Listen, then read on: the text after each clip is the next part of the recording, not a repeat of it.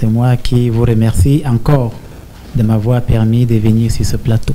De toutes les façons, on n'avait pas le choix puisqu'on a un sujet qui est très marqué par la religion. Donc, on avait forcément besoin de vous aussi aujourd'hui. Donc, merci d'être venu là aujourd'hui. Clessence ou Marley,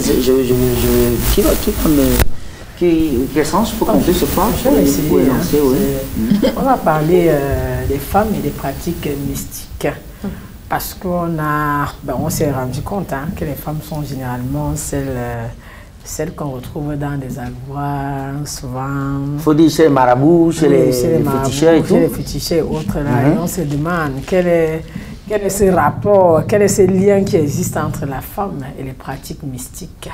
Alors, c'est la question qu'on se pose. Pourquoi? Et on le voit, c'est vrai, c'est un constat qui est général. Alors, on va certainement commencer par le père. Le père, vous êtes dans le domaine spirituel. La plupart des gens qui viennent vers vous, c'est seulement les femmes? C'est beaucoup plus les femmes? Alors, généralement, au bureau, j'ai beaucoup de femmes qui viennent à ma rencontre parce que si je peux faire une analyse statistique, je constate que c'est beaucoup plus les femmes qui ont une grande sensibilité sur les questions de la religion, des attaques mystiques, des envoûtements, des ensorcellements. Il y a aussi des hommes, mais beaucoup plus de femmes viennent à nos rencontres, effectivement. Mais ces femmes sont des victimes de ces pratiques, ou alors c'est elles qui exercent la pratique en elles-mêmes? Alors, si je parle de mon expérience d'exorciste, je reçois beaucoup de gens qui se plaignent, mais qui sont eux-mêmes les instigateurs de leurs problèmes. Donc, il y a une catégorie qui se plaignent parce qu'on les attaque mystiquement. Il y a une autre catégorie qui viennent se plaindre alors qu'ils ont été l'origine du problème. Voilà. Et il faut pouvoir faire un distinguo entre les deux, en fait. Voilà. D'accord. Alors, Tatiana, est-ce que c'est parce que la femme a un esprit très faible? Bon, le père Henri dit qu'elle est peut-être très sensible sur des questions religieuses. Qu'est-ce qui vous amène généralement à aller consulter beaucoup plus, faire fréquenter beaucoup plus ces milieux-là? Bon, majorement, je pense que déjà pour se rendre, pour aller rencontrer un prêtre, il faut être malade, peut-être avoir des problèmes de santé spirituelle. C'est ça qui pour moi, vous pouvez aller rencontrer un prêtre. Maintenant, dans le cas des autres, je sais pas, mais la femme, généralement, a beaucoup de problèmes, vu qu'elle est exposée également à plusieurs fléaux. Donc, c'est ça qui nous pousse généralement à aller rencontrer les prêtres, d'après moi. Pourquoi vous y croyez tant, Sandy? Pourquoi les femmes y croient tant? Parce que généralement, les hommes restent distants. C'est comme si les hommes observent. Mais vous, les femmes, vous avez généralement les femmes qui disent c'est parce que je porte sur ma tête la charge de toute ma famille. Il faut bien que je protège ma famille. Est-ce que c'est un argument qui tient? Oui, ça tient parce que la femme est garant de la protection, en fait, de toute sa maison, que ce soit de ses enfants, de sa progéniture, comme de son époux. Alors, on constate généralement que les femmes sont celles-là qui sont trop émotives et qui ont tendance à vouloir surprotéger, pas seulement même leur progéniture et mari, et même toute la famille. Parce qu'on a vu beaucoup de femmes aller chez les prêtres exorcistes pour protéger soit les frères ou les sœurs, un membre de la famille. Bon, vous comprenez donc que la femme est celle-là qui se soucie. L'homme n'a pas le temps. Déjà qu'il est, bon, comme ils ont l'habitude de dire, nous on cherche l'argent, voilà leur mot. Donc ils ne se soucient pas du reste là. C'est pourquoi vous allez trouver beaucoup de femmes chez les prêtres exorcistes, comme chez les prêtres orthodoxes, je sais pas, oui. Et même chez les pasteurs, voilà, pas chez les marabouts partout. Beaucoup plus ce sont les femmes. Les hommes, oui, les hommes y vont, mais pas comme les femmes. La femme a beaucoup de charges, elle a beaucoup de soucis. Déjà, nous vivons dans une société où le mal prime. Maintenant, vous n'allez pas laisser votre progéniture à la voilà, de tout sorcier, comme on sait régulièrement maintenant. Pour envoyer même son enfant au village, il faut protéger. Soit tu protèges avec la prière, soit tu vas dans l'autre sens. Donc maintenant, c'est pourquoi on trouve beaucoup de femmes dans ces choses-là. Et nous, on croit. Parce que du moment où la femme commence à aller et qu'elle trouve son compte, elle met tout son cœur et elle sait que ça marche. Elle sait que ça marche, quel sens? Est-ce que les femmes là trouvent toujours leur compte dans ces affaires-là? On sait quand même qu'il y en a beaucoup, même dans le marché, hein, dans nos marchés, qui pratiquent trop des gars qui ont des boutiques et tout. Justement, ma question va dans ce sens-là. J'aimerais demander au prêtre ici avec nous, puisque c'est un prêtre exorciste, et tout le monde sait ce que c'est qu'un prêtre exorciste. Vous avez vu qu'il aime m'habiller, il a sa soutane noire, ça veut dire ce que ça veut dire.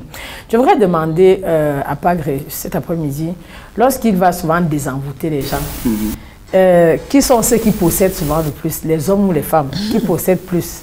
Qui sont ceux qui sont plus possédés? Non, ceux qui possèdent. Parce que lorsqu'il va faire les délivrances, on vous dit qu'il y a tel qui part dans le corps tel. Et je sais que généralement, les hommes de Dieu ne vous disent pas qui a possédé l'autre. C'est-à-dire, on va dire c'est major. Ils ne disent jamais rien. On fait juste le boulet, puis ça va. Qui possède plus, les hommes ou les femmes? Le diable passe par qui pour plus posséder, l'homme ou la femme? D'accord, pour être plus précis, mon père, vous trouvez beaucoup plus qui dans le corps, les voix plus chez qui des possédés que vous délivrez au quotidien. Alors il faut dire que quand on parle déjà de possession, d'ensorcellement, nous on parle d'entité. Donc quand on dit une entité, ce n'est pas un être sensible. Ça veut dire qu'il n'est pas question de trouver un homme ou une femme dans le corps d'un autre. Ça peut arriver, mais c'est beaucoup plus une entité. Une entité, c'est un mauvais esprit et l'esprit n'a pas de corps en général. Donc, moi, je fais une distinction, si vous voulez. Moi, je fais une distinction entre les travaux d'exorcisme et la délivrance. Vous avez posé une question qui touche à la délivrance. Or, la délivrance, tout le monde semble faire, je dis semble en rouge, faire dans la délivrance. Ça veut dire quoi? Il prie à haute voix, il intercède à haute voix, les gens tombent, les gens manifestent, c'est la délivrance. Mais l'exorcisme, c'est quelque chose qui est plus grand que la délivrance. Vous êtes face à une entité spirituelle, un archange ténébreux. Vous voyez que là, c'est pas un homme ou une femme, c'est un archange ténébreux et là, vous faites un exorcisme.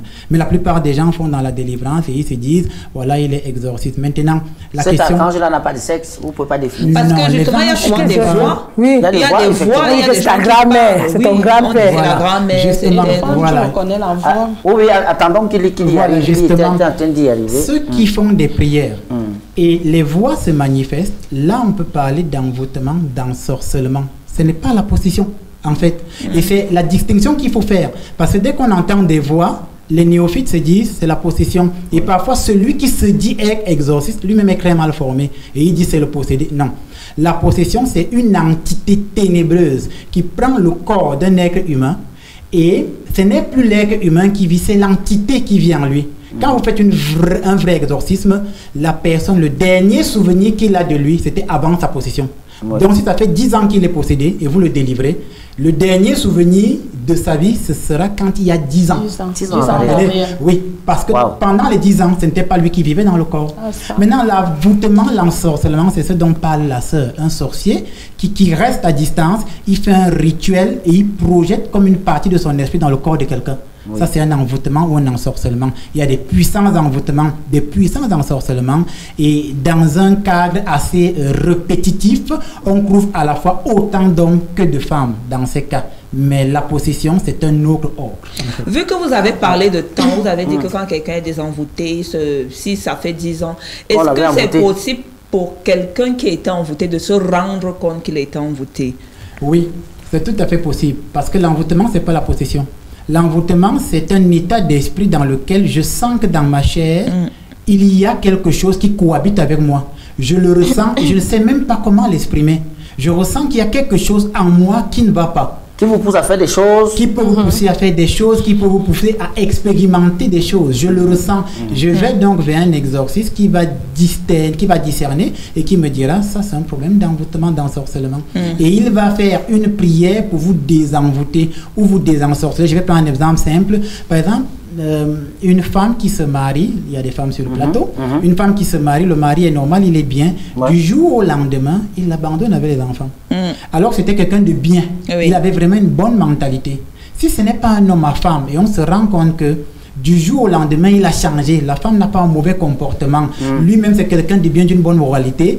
Il y a des cas où une autre femme l'a ensorcelé. Ça arrive. C'est rare, mais ça arrive. Et du jour au lendemain, il oublie son épouse du tout au tout. Ça, c'est un ensorcellement. Et il faut à un moment donné briser l'ensorcellement. Sinon, il peut laisser sa femme avec les enfants comme ça pendant 10 ans. Alors, moi, j'ai une autre question. Vu qu'on parle de mystique, est-ce que vous pensez qu'il y a une mystique positive et une négative? Je m'explique. Il y en a qui vont pour faire du mal aux autres. Ça veut dire, on a le cas de ce qu'on appelle le carfa. Je lance un rideau, un masque noir, crescent pour qu'elle ne soit pas vue. Et il y en a qui disent que non, moi, j'y vais pour qu'on me voie moi. Pour que mon étoile brille plus. C'est-à-dire qu'il le fait sur lui et pas sur les autres. Est-ce que vous pensez qu'il y a le positif et le négatif, en fait? Alors, quand on parle de spiritualité, il y a la lumière et les ténèbres. Il n'y a pas le juste milieu. Maintenant, quand on parle de mysticisme, vous parlez ici de faire la différence entre le spiritisme et le mystique. D'accord. Voilà. Le spiritisme, c'est toute la spiritualité négative qui se déploie. Or, quand on parle bien du spirituel, ce n'est pas forcément le spiritisme. Le spirituel, justement, je vais dire comme ça, c'est un aspect métaphysique dans lequel soit je vais aller pour m'aider moi, soit je vais aller pour aider les autres. C'est la spiritualité. Or, le spiritisme n'est là que pour nuire les autres. Exemple, la sorcellerie. Moi, je ne connais pas d'aspect de sorcellerie positif, moi. C'est du spiritisme. Donc, ce que vous dites touche au spiritisme, en fait. Mais moi, j'ai une question. Oui, allons-y, oui. Et ces enfants qui naissent souvent, et le plus souvent, on va percer, on dit qu'ils sont nés avec 2 yeux derrière. On va percer ces yeux. Est-ce que réellement, quand on a soi-disant percé les yeux de ces enfants, ils sortent de la sorcellerie, en fait, et ils sont libres comme tout autre enfant? Alors, je veux savoir, vous demandez si des enfants qui sont nés avec deux yeux de plus. Voilà. Est-ce qu'on est sorcier ou bien on le devient, en fait? Non, on ne naît pas sorcier, on devient sorcier. Maintenant, la sœur touche un aspect. Il y a des gens qui naissent avec des dons extraordinaires. Et on ne peut pas retirer le don à quelqu'un. C'est impossible. Donc, si un enfant est né et il a la faculté de voir dans cet univers comme dans l'autre, ce qu'ils vont faire, c'est mettre un voile. Ils ne peuvent pas percer les yeux, c'est faux. Impossible. Ils ne peuvent pas. On ne peut pas arracher le don à quelqu'un, mais on peut le détériorer. On peut le voiler. On peut voiler votre étoile, mais on ne peut pas l'arracher. On peut la salir, on peut l'entacher, mais on ne peut pas l'arracher au sens spirituel du terme. Donc ils vont fermer ou ils vont voiler les yeux. Et vous pouvez passer toute une vie comme ça sans plus jamais savoir comment les ouvrir. C'est tout à fait possible. Mais est-ce que vous ne pensez pas que même avec ces yeux-là, un sorcier peut venir transformer ça en mal, utiliser l'enfant dans la sorcellerie sans que l'enfant même ne sache? Alors, qu'est-ce que le sorcier va faire? Il va, comme on a dit, il va envoûter l'enfant. Il va faire comme s'il s'incarnait dans l'enfant pour utiliser cet aspect-là. Mais le problème, c'est qu'il ne pourra l'utiliser que de manière limitée. Il ne peut pas l'utiliser avec tout le potentiel du don. Lorsque Dieu donne un don à quelqu'un, c'est spécifique à la personne. Et c'est comme un code qui fait que seule cette personne peut déployer tout le potentiel de ce don. Celui qui vient, qui l'utilise, va utiliser le don, mais ce sera très limité et très fin. Voilà. D'accord. Alors, mon père, moi, il y a vraiment une question des téléspectatrices qui dit qu'il y a des enfants. Il y a des enfants, comment ça se manifeste pour savoir qu'un enfant est possédé? Alors, je ne sais pas. Parce qu'elle dit qu'elle a un enfant très agité. Est-ce que l'agitation peut être un signe de possession? Non, l'agitation n'est pas un signe de possession. Ça peut devenir un signe de possession, mais ça n'en est pas un, ça peut. Parce que quand elle parle de possession, je vais prendre un exemple plus profond ici sur le plateau pour que les gens comprennent au Cameroun qu'il y a trop de confusion. Si vous avez un possédé devant vous, dans le sens de la possession la plus forte, il y a un test simple à faire. Si vous priez sur un possédé, vous prenez de l'eau, vous mettez dans sa bouche, vous lui posez une question, il répond avec de l'eau pleine dans la bouche. Ça veut dire le mauvais esprit, l'archange ténébreux, il modifie la structure de la matière. Vous finissez de l'interroger et quand le possédé revient à lui, il crache tout l'eau qui est dans sa bouche. Vous comprenez que l'entité qui est en lui dépasse la matière, la chair. Vous comprenez? Je prenais un exemple pour que vous compreniez. On a envie de savoir quelle quantité d'eau. La bouche est pleine. On ne peut pas parler avec de l'eau dans la bouche. Effectivement. Un véritable possédé dans qui un archange ténébreux habite, il parle avec de l'eau dans la bouche. Je vous parle de ce que nous on a expérimenté il y a longtemps. Et il commence à vous parler en grec, en latin, en hébreu, avec de l'eau pleine dans la bouche. Quand le possédé revient à lui, il a de l'eau dans la bouche. Et il crache l'eau. Vous comprenez que celui qui parlait, ce n'était pas lui. C'était une entité qui dépasse la chair humaine. Mais là, vous parlez en tant que, on va dire, spécialiste pour une personne lambda. Comment reconnaître à première vue comme ça que... À première vue, on ne peut pas. Vous ne pouvez pas de prime même dans abord. l'attitude. Non, de prime abord, en posant un premier regard, je ne peux pas discerner automatiquement valeur possédée. Mais dans l'attitude, ça veut dire à force de côtoyer la personne, si vous je vivez peux avec quelqu'un, des signaux qui me montrent que cette personne a un comportement qui reflète qu'il y a quelque chose en lui qui n'est pas normal. Voilà, exemple, je vis avec quelqu'un à la maison, je constate que chaque fois que moi je prie, lui s'éloigne. Chaque fois que je prie, lui, il réagit. Ça veut dire qu'il y a en lui quelque chose qui est antipathique à la présence de Dieu. C'est vrai qu'il a répondu, mais je voulais savoir, parce qu'on a quand même vu des hommes de Dieu qui, quand il arrive quelque part, il peut arriver sur ce plateau. Le simple fait de regarder une personne, peut-être de me regarder, il ressent qu'il y a un truc qui ne va pas. Et certains viennent vers vous, après, ils essayent d'échanger avec vous et vous disent des choses. C'est-à-dire le simple fait de vous regarder, c'est-à-dire pas ancrer même dans une maison. En fait. Oui, juste quand ils vous regardent, parce qu'on a vu souvent des hommes de Dieu dit que dans les églises, lorsqu'ils donnent le corps du Christ, il y en a qui sont des serpents, donc ils donnent la communion. Mais comment eux, ils font pour savoir? Si vous vous dites que vous devez... d'abord consulter. Oui. Voilà. Alors, ce que je disais, c'est ceci. Un chrétien lambda, parce qu'elle a demandé, est-ce que quelqu'un peut voir et discerner? Je dis non, de prime abord, c'est pas possible. Mais un homme de Dieu, et je souligne homme de Dieu, j'entends ici par celui dans qui l'Esprit Saint habite. Lui, quand il va poser le regard, l'Esprit de Dieu lui montre l'entité qui est dans la personne. Lui, c'est un oint. Il voit. La question, c'est, est-ce qu'il y a encore des véritables hommes de Dieu dans la société? C'est une question rhétorique. Est-ce que les jumeaux qui sont dotés d'un pouvoir peuvent être identifiés aux sorciers? Les jumeaux ne devraient pas être identifiés aux sorciers. Vous avez dit un pouvoir. Je vais substituer le mot pouvoir ici par le fait que les jumeaux ont une capacité spirituelle qui dépasse le commun des mortels. Et avoir cette capacité spirituelle ne fait pas de manière ipso facto des sorciers. Non, il faut juste circonscrire en quoi consiste leur capacité, les aider à développer cette capacité pour que ça dans aide le bon sens. Bien commun. Voilà, c'est ça. Une autre question.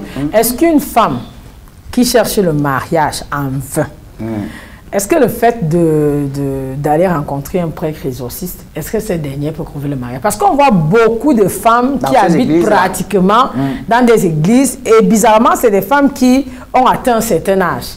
Est-ce que le fait de côtoyer tout le temps, tout le temps, homme de Dieu, parce qu'après on vous dira qu'on a voilé mon étoile, est-ce que le fait de fréquenter un homme de Dieu peut permettre à une femme de se marier?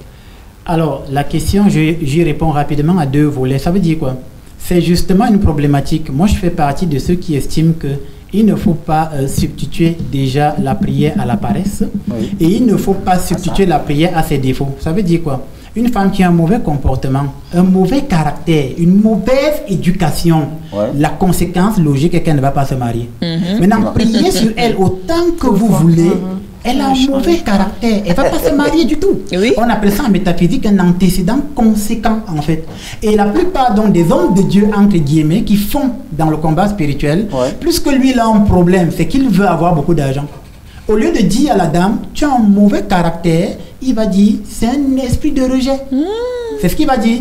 Et il va dire à la dame, il va falloir que tu me donnes 2-3 millions, je vais chasser cet esprit de rejet. Elle va aller voler, elle va aller prêter de l'argent à la réunion. Eh bien, elle lui donne, il finit de prier sur elle, 3-4 ans après, elle est toujours célibataire. Ça n'a pas résolu le problème, parce qu'elle a un mauvais caractère. L'esprit de rejet. Maintenant, est-ce qu'il y a des esprits de rejet? Oui, il faut maintenant discerner laquelle de ces femmes sont sous l'emprise d'un esprit de rejet, laquelle ou alors lesquelles ont le mauvais comportement, le mauvais caractère. Une femme qui ne s'est pas préparée, c'est évident que même si elle est mariée, une femme du dehors va prendre son mari. Ce n'est qu'une question de temps. Vous comprenez? Si elle ne sait pas préparer, même si elle est mariée, ce n'est qu'une question. Il y a des hommes qui disent qu'ils aiment le resto, ça ne les dérange pas. Voyez un peu. C'est pour dire que c'est des problématiques où il faut discerner. Effectivement. Et comme maintenant, tout le monde fait dans le combat spirituel, il n'y a plus personne qui essaie de discerner pour dire est-ce que c'est une réalité spirituelle ou est-ce que c'est au niveau humain et social. Comment se manifeste l'esprit de rejet chez la femme? Puisque vous dites que l'esprit de rejet existe, comment donc ça se manifeste? Comment une femme sait qu'elle a un esprit de rejet? Alors, il est clair que je vais donner des critères ou alors je vais donner quelques aspects, mais je ne voudrais pas qu'on confonde ça avec le mauvais comportement. Parce qu'une femme qui a aussi un mauvais comportement est souvent rejetée. C'est un esprit de rejet là-bas. Voilà, il faut qu'on se comprenne bien. Non? Effectivement. Alors, souvent, une femme qui a un esprit de rejet, elle va constater que déjà physiquement, elle est belle, elle est intelligente. J'ai envie de dire, elle a tous les atouts qui permettent à des hommes de venir vers elle, mais elle réalise que malgré son comportement et tout cela, les hommes ne s'intéressent pas à elle de prime abord. De un.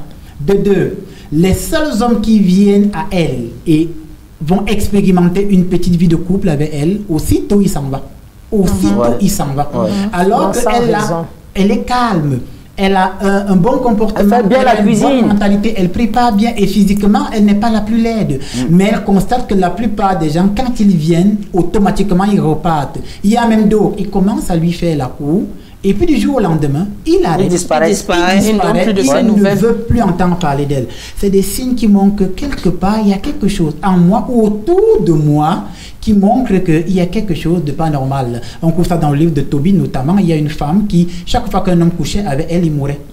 Et il y a eu 7 hommes comme ça dans le livre de Tobie. Il a fallu qu'il y avait Dieu envoyé l'archange Raphaël pour agir, pour chasser l'esprit qui faisait ça. Ok, d'accord, les filles, est-ce qu'on a des messages? Comment on chasse dans l'esprit de rejet là? Parce que je suis sûr que c'est la question que les femmes se posent. Comment on fait pour chasser? Non, tout le monde n'a pas, tout le monde ne peut pas la même façon. Est-ce qu'il y a des prières? Est-ce qu'il y a des prières spécifiques? Est-ce qu'il y a des attitudes peut-être c'est éviter aussi parce que parfois on ouvre la porte à ces esprits de rejet. Fait Marie qui défait les nœuds. Oui. Alors, voilà. Elle a cité quelque chose, Marie qui défait les nœuds, tout ça. Moi, j'appelle ça les prières usuelles. Ça veut dire que quand j'ai un problème spirituel comme l'esprit de rejet, on est sur l'esprit de rejet, le fait de réciter notre Père ne résout pas le problème. C'est des prières usuelles. Il va falloir, un changement de comportement. Je me convertis véritablement. Et il y a des prières, je ne vais pas dire spécifiques, mais des prières adaptées à cela. Ce qu'on va appeler les prières de brisement des liens et des malédictions. Ce genre de prières-là, vous ne les trouverez pas partout. Par exemple, moi dans mon rituel d'exorcisme, j'en ai, et c'est avec ça que je travaille sur les gens. Et je les ai en français et en latin. Et ces prières de brisement, c'est avec ça qu'on va briser les liens. Parce qu'il y a des femmes qui viennent des familles où dans la famille, l'arrière-grand-père avait maudit les filles et avait dit que dans cette famille-là, les filles ne vont pas se marier. Vous comprenez? Cette parole agit. Elle demeure. Il va falloir briser l'autorité de cette parole pour que la gente féminine de cette famille s'en libère et s'en dessaisisse. Pour ça, vous avez besoin d'un accompagnement, d'un suivi spirituel avec un individu compétent, soit un bon pasteur, soit un bon prêtre, par exemple. D'accord, les filles, prenons quelques messages. Il y a encore beaucoup de questions. Prenons quelques messages. Parce qu'il y a même l'histoire des maris de nuit, ici, là. Il y a beaucoup de filles qui ont des problèmes avec les maris de nuit. Au point où même elle aussi, elle est bloquée. Elle ne parvient pas à se marier parce que le mari de nuit est jaloux, très jaloux même. Oui, tout à fait. Il y a effectivement les problèmes de mari de nuit dans un pourcentage. Est-ce qu'une femme peut tomber amoureuse de son mari de nuit? Dans un pourcentage élevé, les gens qui ont des maris de nuit, souvent, ils sont la propre cause. Dans un pourcentage élevé. Pas toujours. Je parle de ce que j'expérimente sur le terrain. Je prends un exemple. Une femme, elle est bien, elle a son mari, ils n'ont aucun problème. Et puis, elle estime que son mari ne lui donne pas assez d'argent, par exemple. Elle commence une relation étant mariée avec un homme qui a beaucoup d'argent. Elle ne se pose pas la question, quelle est l'origine des fonds de cet homme avec qui je commence la relation? Et elle ne réalise pas que le fait que je prends mon mari, c'est un péché grave. Elle ne réalise pas ça. Il se trouve que le monsieur, quand il commence une relation avec elle, lui, comme son argent a une provenance ténébreuse, il va donc lier cette femme à lui. Il devient son mari de nuit. Vous voyez qu'elle est l'instigatrice de son problème. Elle serait restée avec son mari, elle n'aurait jamais eu de mari de nuit. C'est un exemple, je ne dis pas toutes les femmes font ça. Maintenant, il y a d'autres vers qui le mauvais esprit va se diriger simplement pour rien comme ça. Et il décide d'établir un lien avec elle. Ça arrive. Et il va commencer à chasser tous les hommes qui viennent à elle. Vous comprenez? À partir de ce moment, elle a absolument besoin qu'on fasse une séance d'exorcisme. Elle sait même d'abord comment qu'elle a le mari de nuit. D'accord. Alors, dans les rêves, elle va constamment faire des rêves dans lesquels on couche avec elle, on la touche. Je ne suis pas en train de dire que le fait de faire un rêve érotique est un problème. Il faut faire, une distinction. Je peux dormir, je rêve qu'un homme m'a touché. Je peux marcher, je vois un homme qui me plaît 2-3 jours après, je rêve qu'il m'a touché. On appelle ça en psychanalyse le rêve érotique. Et tout le monde en fait. Le fait de faire un rêve érotique n'est pas mauvais. Mais quand ça devient récurrent, constamment, tout le temps récurrent, je me lève et je constate que le matin, j'étais dans un rêve érotique hier, aujourd'hui, demain, après-demain. Il y a quand même une entité qui vient constamment et qui a accès à moi. Et là, je sens qu'il y a cette entité qui est liée à moi. Est-ce qu'avant d'être entité, s'il vous plaît, c'est d'abord physique? Ça veut dire que Major me voit comme ça, dit que la fille, s'il me plaît. Mais comme je ne peux pas la voir, je viens en mari de nuit. Comment ça se passe en fait? Comment ça se passe pour que le mari de nuit soit en fait, pour qu'il s'intéresse à toi? Ça peut partir d'une personne qu'on voit, comme elle disait. Déjà, quelqu'un te voit et puis c'est qu'il ne peut pas t'avoir. La personne fantasme même sur toi. Et il vient spirituellement. Oui, voilà, effectivement.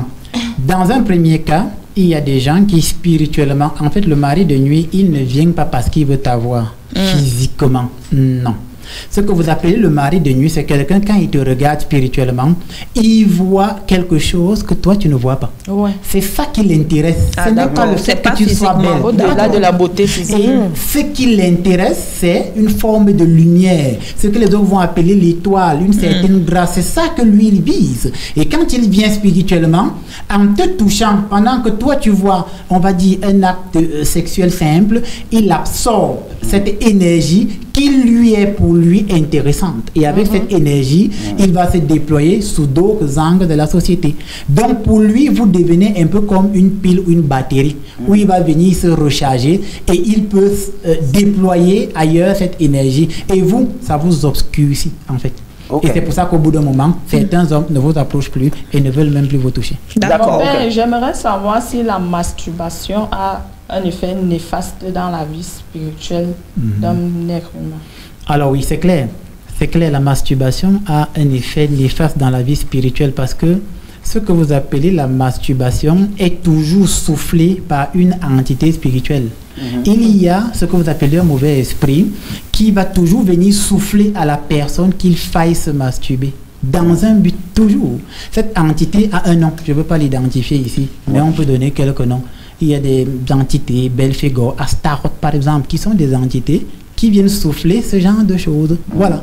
Et quand il te souffle ça, tu te masturbes, qu'est-ce qui se passe? L'énergie ou alors la grâce que Dieu a réservée à l'homme et à la femme, toi, tu commences à utiliser cette grâce pour toi seul. Ça veut dire que dans l'ordre de l'intentionnalité, tu es dans le péché. Et tout ce qui intéresse cette entité, c'est que tu sois en état de péché. C'est tout ce qui l'intéresse. Ça veut dire que c'est dans l'intention que tu es en état de péché. En acte, tu n'es pas en péché parce que tu n'as pas trompé quelqu'un. Mais tu ne vas jamais te masturber en pensant à l'avocat. Tu vas te masturber en pensant à un homme qui te touche ou en pensant je ne sais pas à quoi. Et à partir de ce moment, dans l'intentionnalité, tu es dans le péché. C'est l'état de disgrâce. D'accord, merci. Il y a un message qui dit bonjour, je vis à Bafoussam, j'aimerais rencontrer si possible ce prêtre. Je suis quelqu'un qui souffre dans ce sens. Parfois, j'ai fait 5 jours sans dormir du simple fait que j'ai peur qu'on ne vienne me déranger dans le sommeil. Je subis cela depuis des années. Ils viennent sous plusieurs formes. Je peux avoir son numéro, s'il vous plaît. Oui, on va le donner. Parlons de déranger dans le sommeil. Oui. Il y a aussi un aspect important. On va vous donner le numéro. Les repas, quand quelqu'un rêve constamment qu'il est en train de manger, en fait. D'accord, permettons les filles que mon père donne rapidement son numéro. Oui, parce que beaucoup de personnes demandent justement votre contact. C'est-à-dire que vous répondez à quel numéro? 699 93. 6, allons-y doucement. 6 99, oui. 93 27 33, on reprend. 6 99 93 27 33. C'est le numéro du ministère. Ça veut dire que tout ce qui appelle là tombe soit sur moi, soit sur un de mes assistants. C'est la ligne du ministère en fait. Donc je disais qu'on a des questions dans ce sens. Il y a une dame qui dit qu'elle rêve tout le temps qu'elle est en train de manger. Qu'est-ce que ça signifie? Qu'on lui donne à manger en fait. Donc oui. C'est ce qu'on va appeler en spiritualité les mets de nuit. Et les mets de nuit, c'est des signes qui montrent que des gens viennent s'aimer quelque chose dans votre corps. Si vous rêvez tout le temps que vous mangez, cette nourriture n'est pas un repas physique, c'est qu'il y a, cette nourriture symbolise une attache spirituelle qu'on est en train d'établir avec vous en fait. Et à travers ce repas, on peut vous lier. J'appelle ça les alliances ténébreuses, les alliances mystiques. Et à force de manger ce repas, vous devenez vulnérable parce que vous allez vous lier. Et je voudrais souligner que le bon chrétien, celui dans qui l'Esprit Saint reste, est invulnérable aux attaques mystiques. D'accord. Je voudrais souligner ça. Ok, prenons le message. Bonjour les filles et Major sur le plateau. Lorsque j'avais entre 15 et 17 ans, mon père me disait toujours que je ne vais pas me marier. J'ai aujourd'hui 46 ans, je suis encore célibataire. J'aimerais savoir si ce sont les paroles avancées par mon père qui sont à l'origine de cela. Merci mon père de me répondre. Je n'ai pas bien compris la question, on peut la synthétiser. Elle dit que lorsqu'elle était entre 15 et 17 ans, son papa disait tout le temps qu'elle ne va pas se marier. Et aujourd'hui, elle a 46 ans. Elle n'est toujours pas mariée. Elle veut savoir si les paroles de son père se réalisent. Alors, comme on a dit tout à l'heure, non. Si elle n'a pas d'abord déjà elle-même un mauvais caractère, parce qu'on n'en sait rien, nous on est sur le plateau. Si elle n'a pas un mauvais caractère et que c'est quelqu'un de bien et qu'elle n'arrive pas à se marier, dans le cas où son père a dit ces paroles en le pensant, il a déclaré avec l'autorité parentale quelque chose aujourd'hui qui réagit sur elle. Et ce n'est pas bon. Ok, merci. Bonjour à tout le panel et à mon père. Moi, j'ai un esprit de rejet. J'ai fait des efforts pour ne pas, pour bien me comporter envers les hommes, mais je ne sais pas pourquoi les hommes ne durent pas avec moi. À peine je commence une relation, ça ne dure même pas 6 mois. Quand je dis même aux gens que j'ai pas un homme dans ma vie, beaucoup de personnes ne me croient pas par rapport à mes atouts. Je suis déjà fatiguée, c'est 100 grades en commun. Ah, peut-être, on imagine que vous avez pris le numéro de mon père, hein, le numéro du prêtre. Vous allez pouvoir l'appeler après. Oui, Marlie, il y a d'autres messages? Oui, on a des messages. On a une dame qui dit cette nuit, j'ai rêvé que j'ai été mordue à la main par un serpent noir. Qu'est-ce que ça signifie, s'il vous plaît? Rien de particulier. Tout le monde peut rêver qu'il est mordu d'un serpent noir. Et puis c'est spécifique parce que c'est quand même un serpent et qui est noir. Il y a quelqu'un qui indexe. Il y a quelqu'un qui indexe les hommes spirituels. Ici, elle dit bonjour mon père. Est-ce vrai aussi que certains hommes spirituels prennent les chances des femmes qui paient moins pour donner à celles qui paient plus cher? Nastou de Douala. Alors, ça c'est une bonne question. Alors, parce qu'on prie souvent pour les gens de 5 000, on prie pour les gens qui ont donné 10 000. Est-ce qu'elles ont les mêmes retours?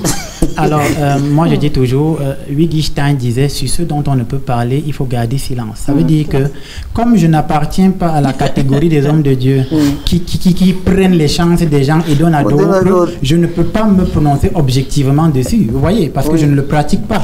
Mais je sais que c'est des réalités dans la spiritualité, il y a des mauvais hommes de Dieu. D'accord, on prend d'autres messages. Bonjour à tous sur le plateau, très intéressant cette seconde partie de l'émission. S'il vous plaît, j'ai une question pour l'homme de Dieu. Comment faire pour briser un voile mystique? Alors, pour briser un voile mystique, il nous reste 1 minute. Voilà, il faut faire des temps de prière forts. Moi, je recommanderais une prière à Michel Archange que vous faites de manière répétitive. L'archange Michel, avec la grâce de Jésus, va venir briser ce voile mystique. D'accord, ok. Donc, les filles, il nous reste pratiquement 1 minute. En marchant constamment, vous remarquez qu'il y a toujours un voile sur votre visage là. Donc, quelqu'un est passé avant vous, mais quand vous passez, il y a quelque chose qui passe. C'est un signe négatif ou alors... Bon, je ne sais pas ce que vous entendez par voile. Nous vivons dans une société où la poussière s'élève. Et je peux marcher, la poussière me prend et je commence à y voir. Je ne sais pas comment se faire. Ou bien encore le vertige vous prenne. Merci d'avoir. Merci. Merci. Passe sur le visage là. Le temps est tellement court, on va faire revenir le. Ah oui, parce qu'il y a beaucoup de questions. Il y a beaucoup de questions et beaucoup de personnes veulent le point. On redonne le numéro vraiment. On redonne le numéro rapidement parce qu'on est à la fin de l'émission. Le numéro c'est le 699 93 27 33. C'est le numéro du ministère. Donc 699 93 27 33. Voilà, merci d'être passé sur ce plateau pour nous édifier. On espère vous avoir encore prochainement parce que chaque fois on aura des sujets pareils. Ça intéresse tellement. Merci Marlise, merci Tatiana, merci Crescence. Merci tout le monde demande le numéro. Merci. Donc rendez-vous donc demain, dernier jour de la semaine. On va applaudir. Merci Jimmy, merci. Au revoir, bye bye, à demain. Bonne fête encore de la